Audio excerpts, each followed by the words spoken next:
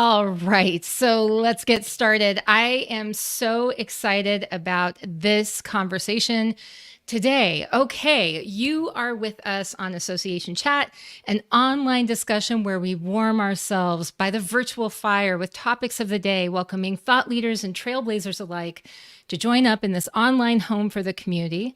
I'm the host of Association Chat, KiKi L'Italien, and today we are looking at what could be a major development for the association industry, especially here in North America. This is news that was just announced by the American Society of Association Executives last week, and its creation of this new Association Governance Institute piqued my curiosity immediately. I'm sure it piqued yours as well.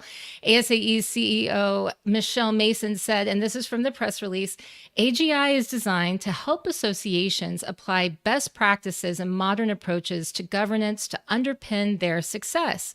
Ooh, very exciting. And so I also found this in the press release. The new managing director of AGI said that AGI will serve as the comprehensive resource for governance, education, resources, best practices, and research. So I must admit, when I saw this news, I thought, what is it? Who is involved? How are people in the association industry going to be involved? How are companies and consultants who have this type of expertise going to be involved? We're looking at board assessments, CEO assessments, executive compensation consulting already that, ASAE is looking at doing. And this is building out something. We're building out more services, right? What does this mean for how ASAE engages with consulting members and partners offering these services today? There are so many questions. So hopefully helping me to answer all of my questions and your questions about this new endeavor, I have Paul Pomerantz, who is going to serve as the managing director of AGI. And Paul, I am so happy you're here with us today. Well, this is really exciting. This is a very nice show. I've heard great things about it. I've always wanted to be part of it. And so it's exciting to chat with you today. And KiKi, I've had the opportunity to see you at various educational programs, and to have this kind of conversation with you is really neat. So looking forward. Thank you. Well, I feel like it was a matter of time, Paul, before you were on here. And so here we are. You don't know how to stay retired. I don't know what's going on with you. I feel like there's a number of us who are kind of that way, where we're so addicted to our involvement with the association industry that we can't stop, can we? And so you're going to have to tell me a little bit about how this all came to be. Can you share with us the inspiration behind the creation of the Association Governance Institute? Sure. Well, first, to your last point, you can't retire. Being an association exec is it's part art, part fun. It's a fabulous community. You just can't exit the community because it has everything for you.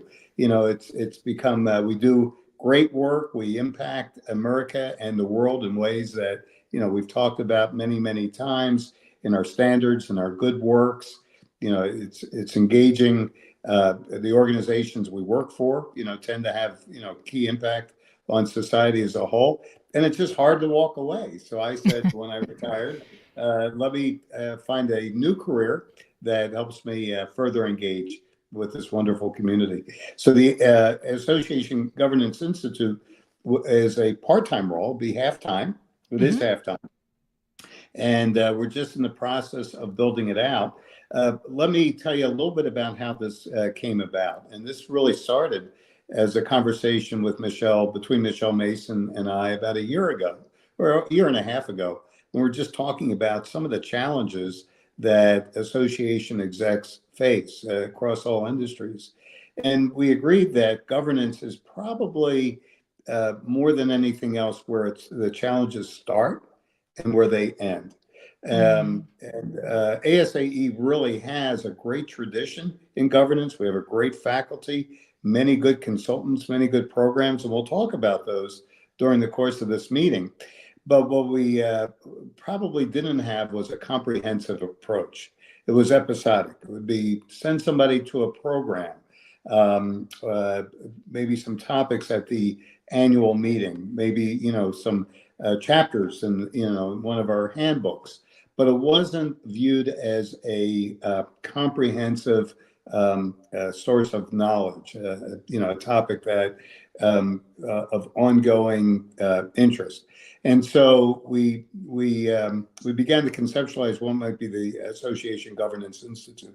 And there are parallels in other industries, like there's the National Association of Corporate Directors, right? That's really focused on, the quality of governance in the corporate sector. Then you have the American Hospital Association, American College of Healthcare Executives have spent a lot of time and have very deep resources in hospital governance. And then you have different groups in non-for-profit and industry sectors that focus on that. During our conversation, we focused on, when governance works well, the association works well. Strategy is clear. The organization knows where it's going. Resources are properly allocated. And it seems that things hum along. There's trust between members and staff. The organization is looking forward, and the association works well.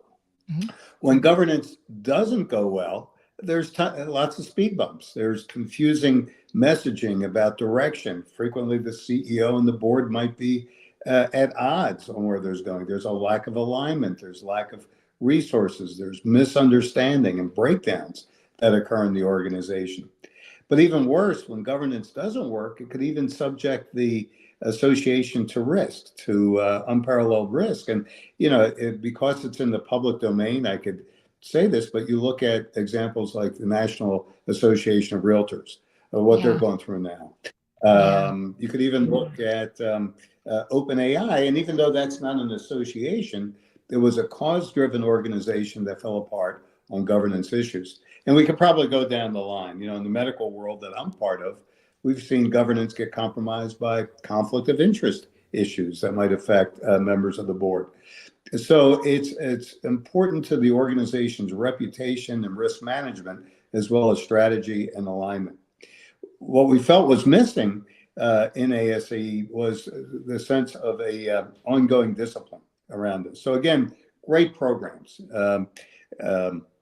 The CEO Symposium, so many of us have grown up in that program, and we brought our officers to it, and nothing will ever replace the quality of that program. That is a key resource.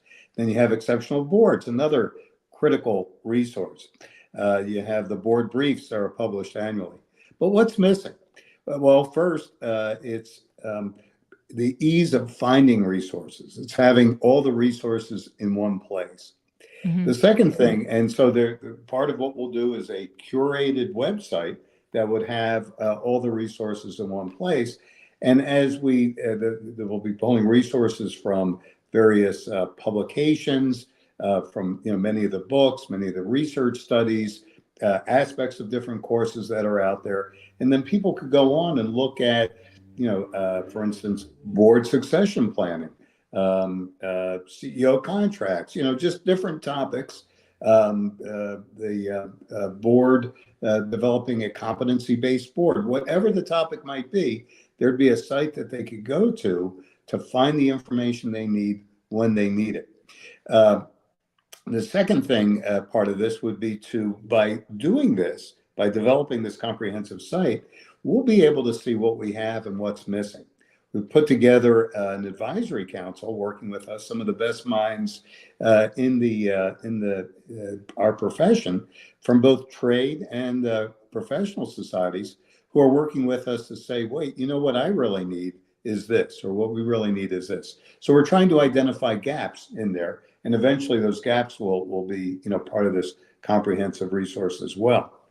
Another piece of the offerings will be a governance community, and we'll come back to that. There'll be a set of assessment tools. So the assessment tools have been developed by ASAE in collaboration with BoardSource. They're coming back to ASAE and will be on this site. They'll be updated and presented on the site. And currently we have two primary tools. One is the CEO evaluation tool and the board self-assessment tool. And I've seen both of those tools used with great success, but we're modernizing that. We're going to give it a better technology, to complete and provide people the ability to compare those results. But what other kinds of assessment tools are missing? And so working with the team, we've begun to look at some areas where some additional assessment tool development might be helpful. For instance, strategic readiness might be an area, or where you might look, objectively at board competencies, enter your board competencies and see, where they might be missing. So we're going to be looking at those areas as well. And another area that we've prioritized is, governance is the work of the CEO, but it's more than the CEO. There's a lot of staff involved in supporting governance, and most organizations will have a governance manager, governance director, or chief of staff who's the primary go-to person supporting the board or supporting the governing body. And that person often has a lot of experience, a lot of knowledge, but sometimes may not have the complete sort of business. So we want to make sure that these resources are not only available for that person, but even offer a program, kind of a certificate course for people coming into that governance support role, so that we can be confident that if you're either if you're hiring somebody or training somebody, that they'll have a certain scope of knowledge, breadth of knowledge that will help them better understand the law, what should be in minutes, what shouldn't be in minutes, how they should manage conflict of interest type situations, and things that are common to the management of board meetings and day-to-day board operations. Wow. Okay. So much to unpack there, because there are a few little things just right there at the end, thinking about the work of certification for a role, for that support role, someone to understand a little bit more and to be up to speed on what it means to engage in governance and what's expected, and to have this sort of baseline of knowledge is much needed. I mean, that's something that I've heard many people talk about as being something that is severely lacking in the industry, not just basically all industries, as there's sort of it seems like there's been a missing layer where people have jumped into positions that there wasn't this training or mentorship that used to be there. And it's like, how do we train, or how do we get all of these people up to speed at the same time? And I think that this would be, serving and providing for quite a need in the area. One of the things that you mentioned, I can't help but think of all of the consultants I know in the industry. You mentioned obviously the programs that ASAE has put on in collaboration with Techer, and doing things like exceptional boards and CEO symposium. And I think about these longstanding partners, and then other consultants in the industry who are well known, who are doing these different types of governance consulting. And I'm curious, when you start mentioning about community and things like that, how do you envision at this point? And I understand that some of this is, there are milestones along the way, and that not everything is built yet. But how do you envision the collaboration that happens with those professionals that are already, providing that type of expertise in the industry? And then also, what would that interaction in the community probably be like? I'm saying probably because I know that maybe that part isn't fully fleshed out yet. I don't know. You tell me. Yeah, well, no, that's really, I was going to say, a very, it's a very important question. I'll say this: we're talking to many consultants now, many of the established consultants in the industry, and we want them to be part of it. It's sort of like looking at any enterprise. We have people who are practitioners day to day, who really know what they need, and they do good stuff. They know the case studies and all that. But a lot of the teaching a lot of the content development, a lot of the research has been done by the consultants in our industry. And we could spend an hour just listing who they are Listing them all. Yeah. and the phenomenal contributions that they've done. Some are experts in strategy, some are experts in board design, some are experts in other aspects of governance process, and so on culture, you name it. And so we want to make sure all their expertise is incorporated somehow. So I've begun a process of discussion with these people, learning what they have, talking about the Governance Institute, what role they'd want to play. And one of the things we've talked about is including within the Governance Institute some kind of consultant resources, but also making sure that there's an opportunity for these thought leaders to play a role in the design of programs and be sure that they're out there. So this is to really complement the work that's out there. If you could kind of think of it this way, that we have all these programs, all these expertise, all this expertise out there, but not a unifying glue, not a unifying theme. This is to give it a home, an identity, resources, to bring people to it, to give the community a place to really grow their expertise and for new ideas to be shared. A couple things that we didn't share, as we're talking, but there's a need for ongoing research into best practice, right? So what's most important for successful boards? Is it and by the way, there have been people who have done some fabulous research on these areas, but there's more opportunities as well.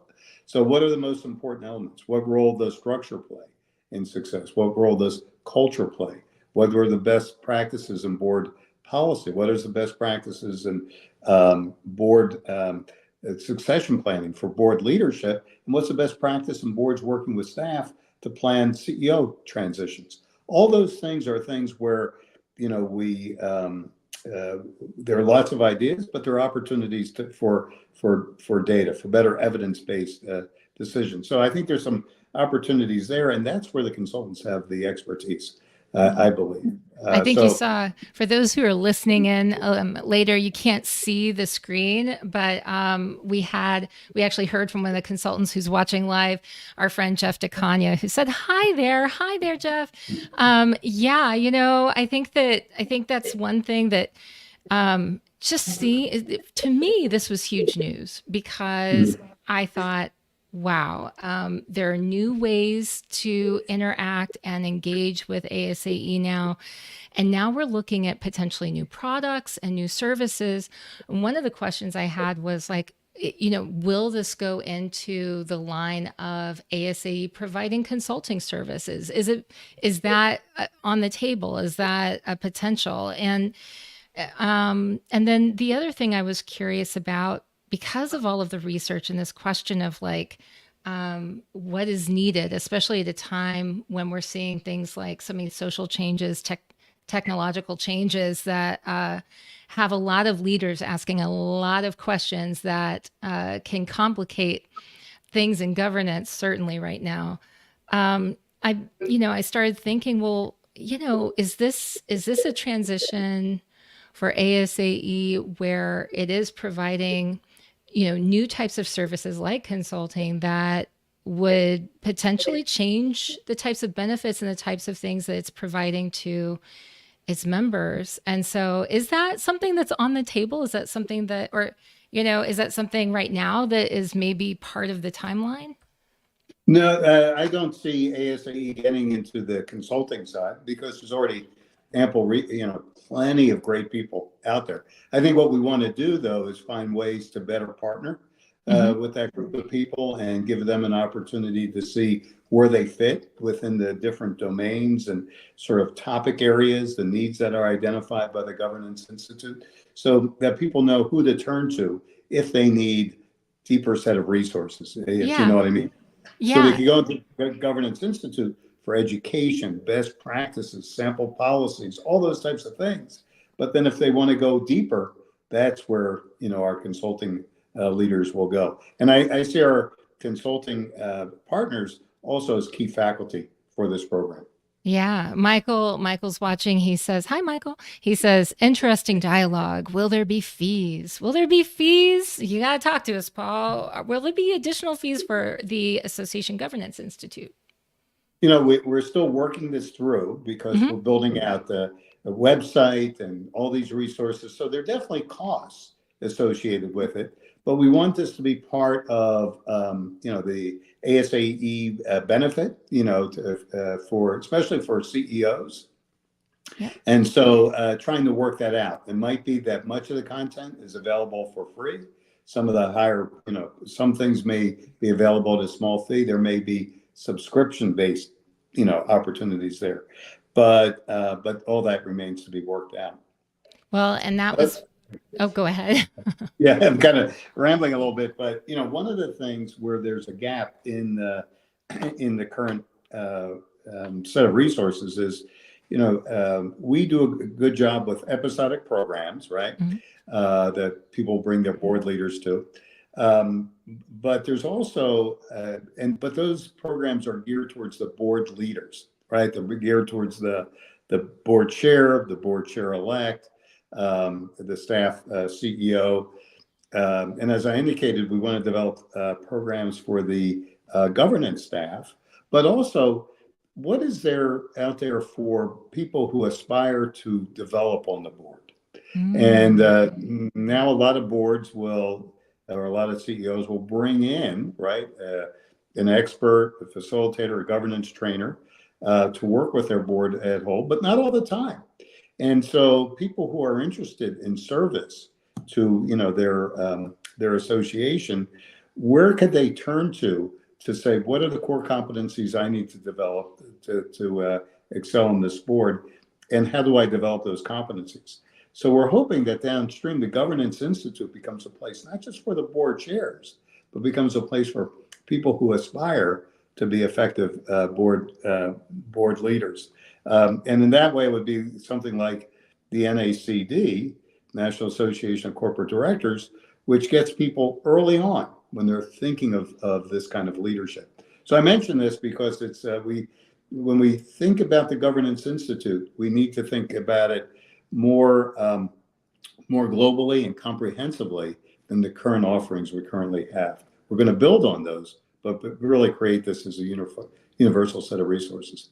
Yeah, I mean, my mind's kind of spinning with this because I'm thinking, so often it is this question of how do we bring people into the leadership pipeline, the questions about, how do we get on that track where it is on the track to leadership? This seems like this is one approach that it does several things. I mean, it allows for better training in that way and better training and governance, certainly. But then I think it allows for ASAE to expand its membership beyond that, to be reaching out to members of members even. And that's really interesting to me to see, the potential there. Is there some thought going into that and how it's sort of branching out, really? Yeah, exactly. These are the questions, we're still Yeah. working our way through, but are definitely the questions. Yeah. So, one of the things that I know it's kind of hard when you're building things. It's at the very beginning, but is there a general timeline for some of these first features or some of the early things? I went on the website. In all honesty, I was searching to figure out how can I sign up and get updates or whatever. And so, is there an idea about like how things are going to be rolling out and what are some of the first ways that people can sign on? Yeah. So think about this in a couple stages. Our Hmm. plan is to roll out the initial offerings, announcement. You might compare it to like a soft launch at a restaurant where we're rolling out the services, kind of working out the kinks, testing what we've developed with a broader group of people. And that'll be early this summer. The Hmm. target is June, July. Then at the annual meeting, we plan the full-on rollout. So it'll be an exciting Ah, part okay. of what will be sort of rolled out in Cleveland. And then so that'd be part two. The Governance Institute is live.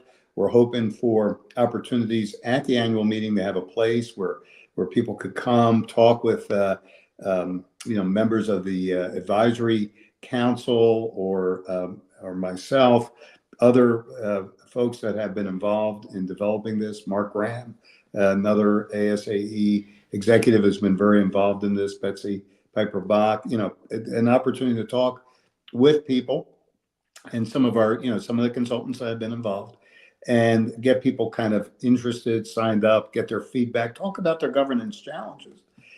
So that would be stage two. And then stage three will be sort of ongoing development, continuous improvement. I would hope that we're having this conversation in a year and we're not talking about the rollout, we're talking about what new features, what's been missing, what have people learned, maybe even have a panel of people kind of talking about, here's what I've been using, but here's what's really missing for me. I talk to so many people in my job, and I'll tell you about my own governance experience in a little bit. But I talked to so many people, over the years, and governance is like their least favorite thing. Preparing for a board meeting, preparing for those reports, worrying about the loose cannons on the board. Just how do they get past these difficult issues? Worried about a fight on a divisive social or political issue that may bring itself into the boardroom. All these types of things, all the legal requirements that they got to live. And some people view it as a sort of layer on top of the work that CEOs have to do. Yeah. And the way we should be thinking of it is it's the work we have to do, and it's the work we collectively have to do with our member leaders. And so, I'm hoping that in a year, we're sitting here and, our colleagues have embraced governance as a core competence, and an area of continuous learning and an area of continuous engagement. And we're growing the program from there. So, just some thoughts about where we might go with this. I sometimes I measure the years, I think, by the different ASAE annuals and new things that are happening by the time we get to those, right? And so as you were talking about this summer and having those conversations and then rolling it out more officially at ASAE annual, I thought, oh, there's going to be so much happening between now and then. I cannot wait to hear about how some of these discussions end up going, because I know people have a lot of opinions about governance and about the future of governance and what needs to happen to help better prepare our leaders today for what's to come.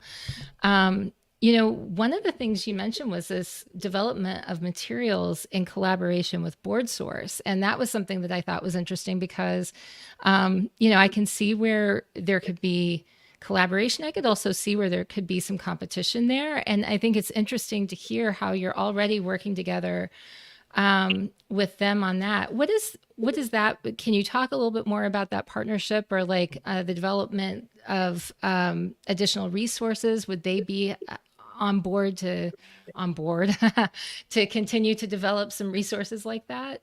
I think, historically, ASAE has worked with BoardSource to develop and promulgate the assessment tools. I think the next steps, BoardSource serves a very broad nonprofit environment, whereas ASAE is really focused on the association industry. So the idea was that ASAE will assume the role of sort of hosting and further development of these assessment tools.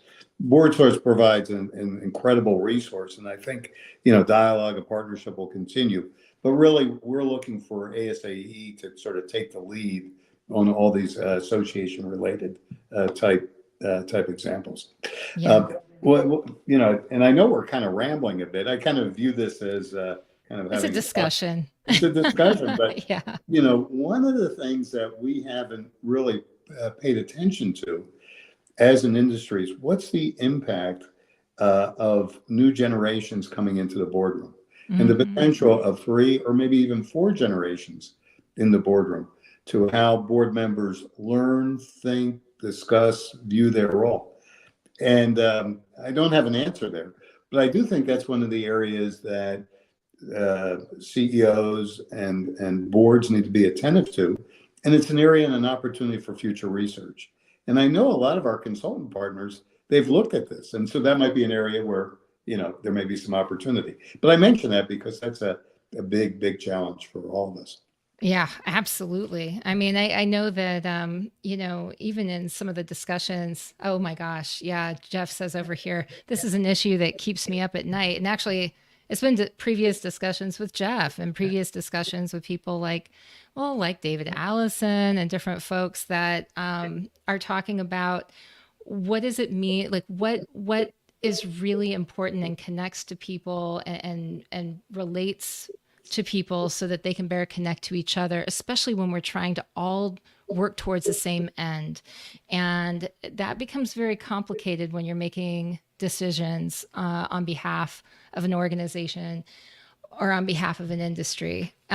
So yeah, these are big questions. And I think that they're really important for us to examine, to look at. They probably will keep us up at night, but it sounds like this institute will be an opportunity for us to explore a lot of these questions at a lot more depth. Absolutely. And one other thing as we kind of talk about this from a conversational point of view is, and I love Jeff's feedback as sort of ongoing dialogue. It helps me make sure I'm on the right track. but we spend a lot of time, my colleagues and I, on structure. How many board members do we have? Do we have an executive committee? Mm-hmm. And that's important. But that's not the whole, puzzle. We spend a lot of time on process and policy, and that's important. But an area that we don't spend enough time is on board culture. So I think you can have a kind of a sort of I was going to say an untraditional structure, mm-hmm. but still have an effective board, effective governance.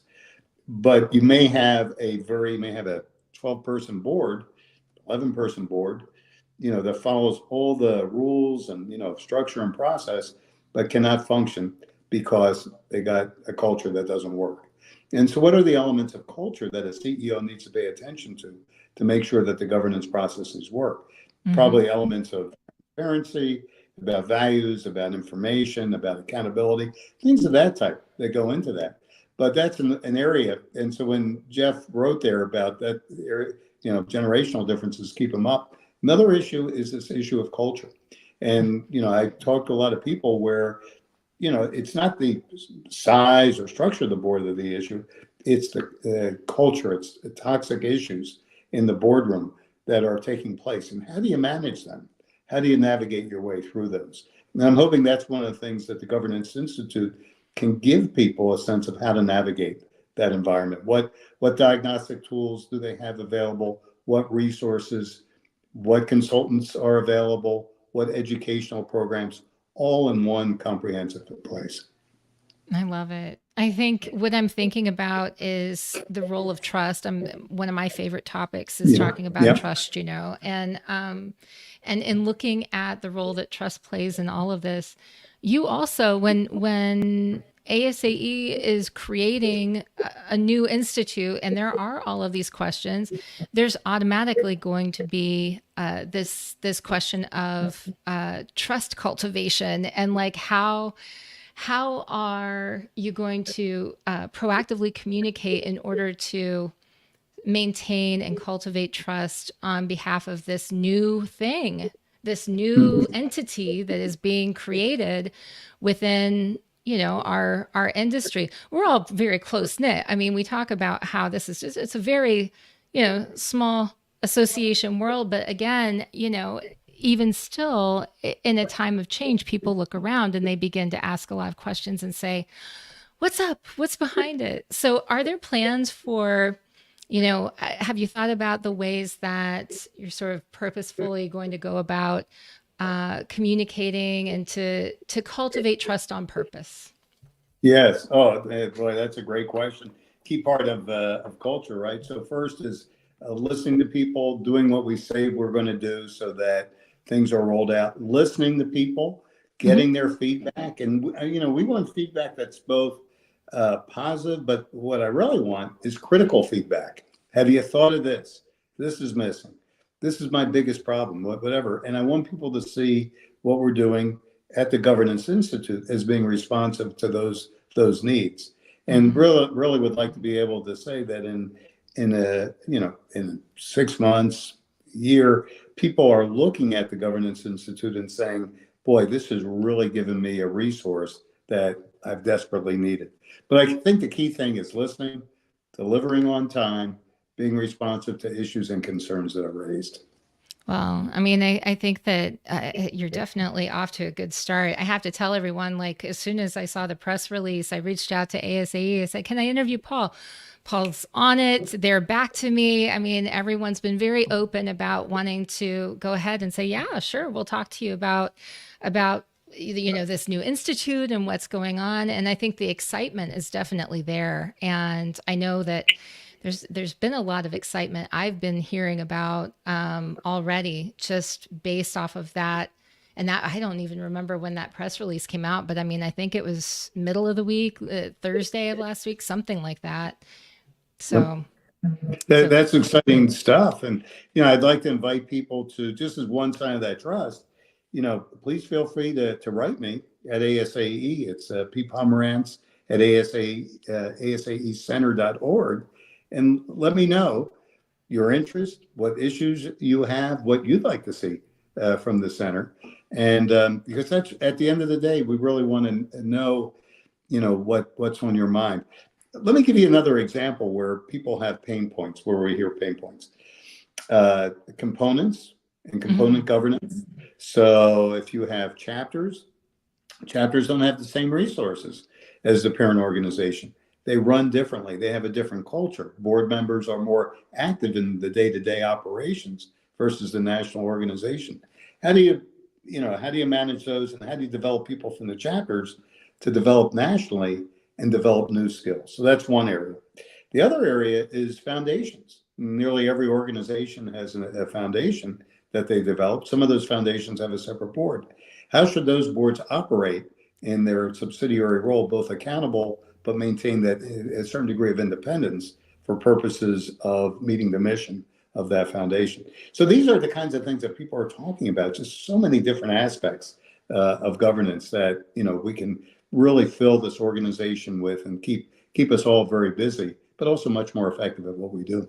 I love that. So, okay. So you've already told us, how people can reach you, and also in a year from now, what you're hoping we're going to be talking about when we start talking about the Association Governance Institute. But how about, a little bit about what you're reading lately that's sort of fueling some of these ideas? Because of course, now people are going to be looking to you like, what are we doing? What are the ideas? You're going to be having these conversations. Where are some of the resources that you're going to like get inspiration and to sort of fuel some of the fire for this new thing that you're building? Yeah, well, there are, first of all, a lot of great books that have been published by ASAE over the years, and some of them are classics, The 7 Measures of Success being one.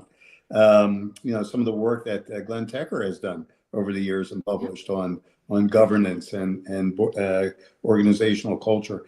Mark Engel and with colleagues has published some tremendous building better boards. And so there's a lot of stuff that we have within our community, within our ASAE community that's out there, that's published, that's resourceful. Of course, we have the textbooks, the Association Law Handbook. But where I'm doing my reading and really getting my day-to-day inspiration is from the newspaper, from the Wall Street Journal, New York Times, because it's there that we see in the news what happens when things go wrong.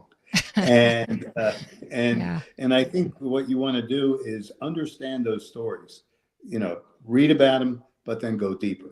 What happened at the National Association of Realtors? What happened at the medical society that, in which conflicts of interest, seem to take over? What happened in, this construction group or whatever that's played out in the public way? And try try to understand from that what the role of governance is, the role of the executive, how that situation could have been better managed. So I get a lot of my inspiration from that as well, because what we want to do is we want to stay out of the newspaper for bad news, and we want Right. to publish for good news. So that's actually where I get a lot of a lot of those articles get me thinking. What happened in the Hmm. boardroom? How was it handled? How could it have been better Yeah. handled? You mentioned ChatGPT earlier and talking about open AI. And I mean, sort of, that's made people talk about fiduciary responsibilities and governance in a way that I hadn't heard for a long time. But it's people from outside of the association world that are talking so much about this. Like, what does that mean? And why was this a problem? We had a LinkedIn user, hi LinkedIn user, another issue, how boards can foster collaborations with corporate sponsors. Yeah, I mean that's another thing where I mean we've heard. I know some of the discussions I've heard recently. The conversation has been about the role that things like non-dues revenue can play, and the roles of things like corporate sponsors, where it's like these are relationships where it's very important for them to be on equal footing, or to at least have a respect for their roles that they play within these organizations. And sometimes there can be an us versus them kind of feel, right? Where instead of a collaborative sort of relationship building type of opportunity that I think would be the ideal in most cases. So definitely, I think this is a great question about how boards can foster collaborations with corporate sponsors. Oh, that is a great one. Yeah, thinking about that, we can't survive without the support of our sponsors. It's an important part of not only revenue but the partner. Corporate Hmm. sponsors are there. They understand the members and the environment in ways that we don't. So they bring expertise, to the organization. But then navigating that pathway where the corporate sponsor is not viewed as driving the agenda of the Hmm. organization, whether it in medicine or any other industry. I think that's a very good question. Yeah, And Michael, I don't know if you saw oh, it. God. Michael Tatanetti had a wonderful post this past week on LinkedIn that very thought provoking, started a lot of conversation. And I'll try to tag you on it so you can read some of it because I think it was really, really helpful. And it was talking about kind of this, where it's like talking about the role of corporate sponsors and maybe, how we shouldn't stress so much about that so that it isn't driving the overall actions of the organization unintentionally, and that we should balance these things out and not forget the role of members and how we're serving the members in an organization. So it's this constant like battle, right? This push, you hear no money, no mission, and it's what keeps things interesting, I think. But anyway, I know that I've taken like we're hitting it's 2:46 here on the East Coast, and so I told you it was going to be about 45 minutes. Is there any last sort of comment or thought that you want to share with folks before we let you go? Because you've been very kind to jump on here and talk about all that's planned and sort of the future that we can look forward to with the institute. Is there anything else you want people to keep in mind? No, I just want to hear from people about Hmm. what their needs are, their experiences, their expectations of the center, either at a meeting or by email or through LinkedIn. But I'm really excited to be working on this. I really am thankful to Michelle Mason for her vision, in supporting this, and ASAE. And we're not I was going to say incubating this through the ABSI, so giving it kind of a little bit of independence so it could really take off. But I really, this is a work in progress. We know what it's going to look like when it launches, but we want this to have staying power and relevance for everybody. And so everybody's feedback and conversations are going to be very critical about making sure this is going to meet their needs long term. Ooh, Paul, what I hear is you're telling the community, weigh in, give you feedback, let you know what is needed, what we think is needed. And I just think that that's amazing. So, folks, you heard it here. I mean, Paul Pomerantz is telling you, talk to him, reach out, let them know what it is, because this is still being developed. There's still a chance to add to what's being cooked up here in this institute, so that we can get what we need. So thank you so much for your time, Paul. I really appreciate it. Fantastic. This is great. Excited to be working with you. And let's plan on this again. Let's talk about it post-launch and get some feedback and talk about some of the big issues Well, that people. we're going to have to do it. Now that you've said you're up for it, we're going to have to make that happen. So, absolutely. Fantastic. Well, wish everybody a great afternoon, and we'll see a lot of people at a meeting soon, and certainly in Cleveland. Absolutely. Hey, thank you so much. And thanks to all of you for watching this wonderful interview with Paul Pomerantz, talking about the Association Governance Institute. Listen, this is going to be something we're going to keep an eye on and be watching as it develops. But there are some exciting things afoot.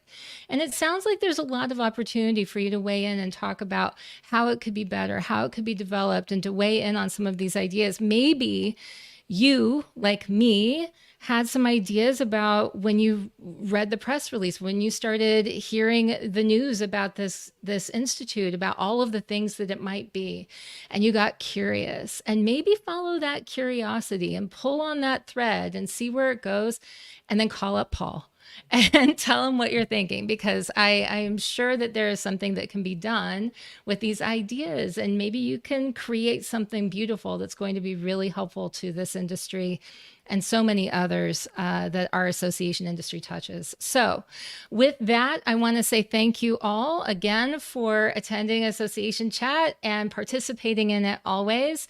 As always, I'm going to encourage you to keep asking questions to learn every day. Why? Because as Joseph Campbell once said, the cave you fear to enter holds the treasure you seek. Have a great rest of the week, everyone.